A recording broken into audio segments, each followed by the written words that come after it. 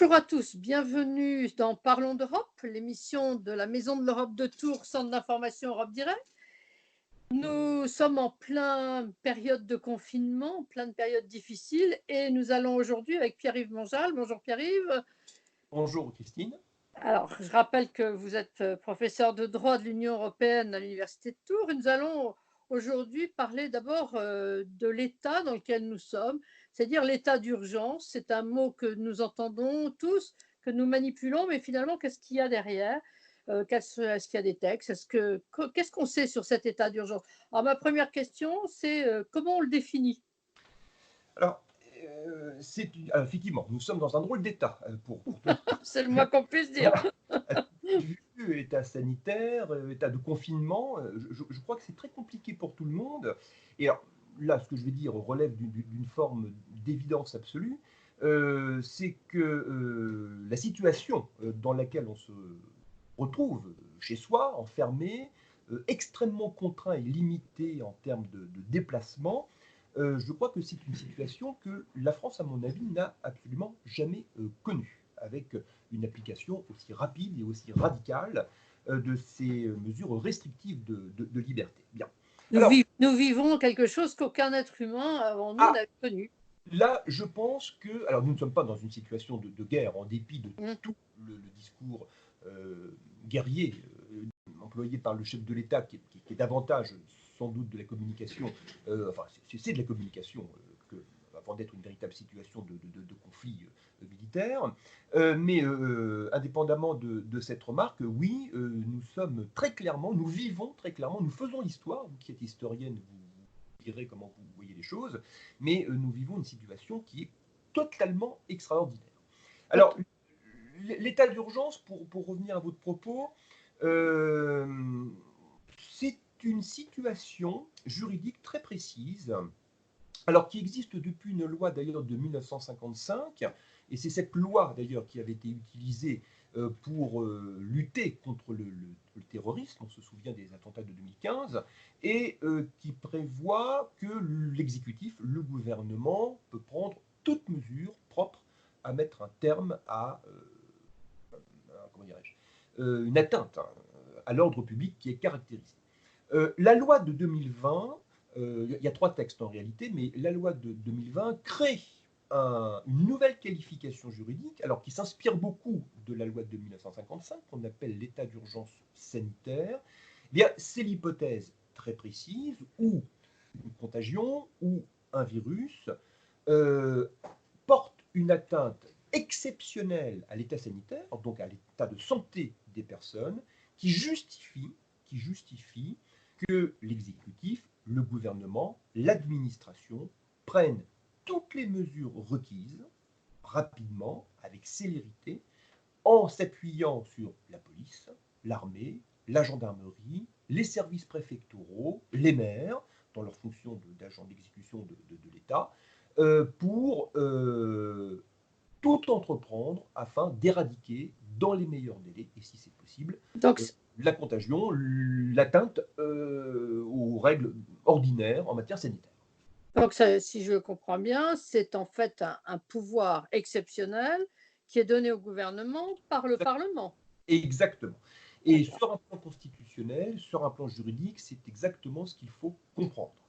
Le principe de la séparation des pouvoirs d'une part, et les principes, les droits et garanties et libertés constitutionnelles d'autre part, forment, je dirais, un État normal dans une démocratie. Le Parlement intervient dans le domaine qui est le sien, en droit du travail par exemple, en droit pénal par exemple, et puis, au titre de nos droits et libertés fondamentaux, l'exécutif, la puissance publique, l'administration, la police, ne peuvent pas prendre de mesures qui portent atteinte, ne serait-ce que cela, à notre liberté d'aller et venir. Quand vous sortez de chez vous, vous ne demandez pas d'autorisation. Un régime Normalement. normalement, est un régime où je suis libre de sortir. Un régime qui est administré, qui est d'ailleurs une définition, alors attention à ce que je dis, d'un régime de plein pouvoir, d'un régime, alors attention à ce que je dis, de dictature, ou certains régimes, c'est précisément un régime d'autorisation administrative préalable, c'est-à-dire que vous voulez exercer une liberté, eh bien elle est conditionnée par une autorisation que vous devez obtenir, ou en tout cas être porteur d'une autorisation susceptible d'un contrôle. Bon. Donc c'est exactement ce qui s'est passé. Le Parlement a adopté 3 textes principaux. La loi du 23 mars 2020, la loi d'urgence, qui permet ce que je viens de dire. C'est-à-dire à la fois au gouvernement, à l'exécutif, aux ministres, aux préfets, à la police, de prendre toutes les mesures qu'impose la situation. Vous restez chez vous, confinement. Vous ne circulez pas à plus d'1 kilomètre de chez vous. C'est une mesure de police restrictive de liberté. Vous ne faites vos courses, vos achats que dans des conditions très précises et chez des commerçants qui ont été autorisés probablement par l'administration. Et d'autre part, le Parlement, alors ça c'est l'article 38 de la Constitution, ce qu'on appelle les ordonnances, a donné au gouvernement pour 2 mois, et les mesures restrictives de liberté c'est aussi pour 2 mois, la possibilité d'adopter ce qu'on appelle des ordonnances, c'est-à-dire des textes qui normalement relèvent de la loi. Ainsi, par exemple, le droit du travail en Le grande droit du partie, travail, oui. voilà, de la loi très, très, très simplement, eh bien, il faut donner au gouvernement les moyens d'intervenir dans la matière législative, dans le travail parlementaire, parce que le travail parlementaire en ce moment, ce n'est tout simplement pas possible. C'est pas Donc, possible. Ah, il y a quelque chose que allez-y. je voudrais revenir, c'est quelque chose qui m'a frappé, c'est le pour 2 mois. C'est-à-dire qu'on peut imaginer que si, ça dure plus de 2 mois, il faudra à nouveau une décision du parlement, Exactement. pour, donc on est quand même très Alors, loin d'un système dictatorial. alors, c'est pas tout à fait ça. Vous avez raison et votre question est très pertinente. Votre remarque est très pertinente. L'état d'urgence, enfin, la loi permet au gouvernement de déclarer l'état d'urgence en Conseil des ministres par décret. D'accord. Maximum de temps, c'est 2 mois. Le Mmh. est adopté pour 2 mois. À l'issue de ces 2 mois, ou avant, le gouvernement peut adopter de nouveau un décret qui met fin à l'état d'urgence, ou bien, en effet, reporter de nouveau pour 2 mois supplémentaires. D'accord. Et ça fera sous le double. Alors, vous avez raison, c'est pas une dictature, bien entendu que c'est pas une dictature. Ça se fera sous le double contrôle à la fois du Parlement et du juge.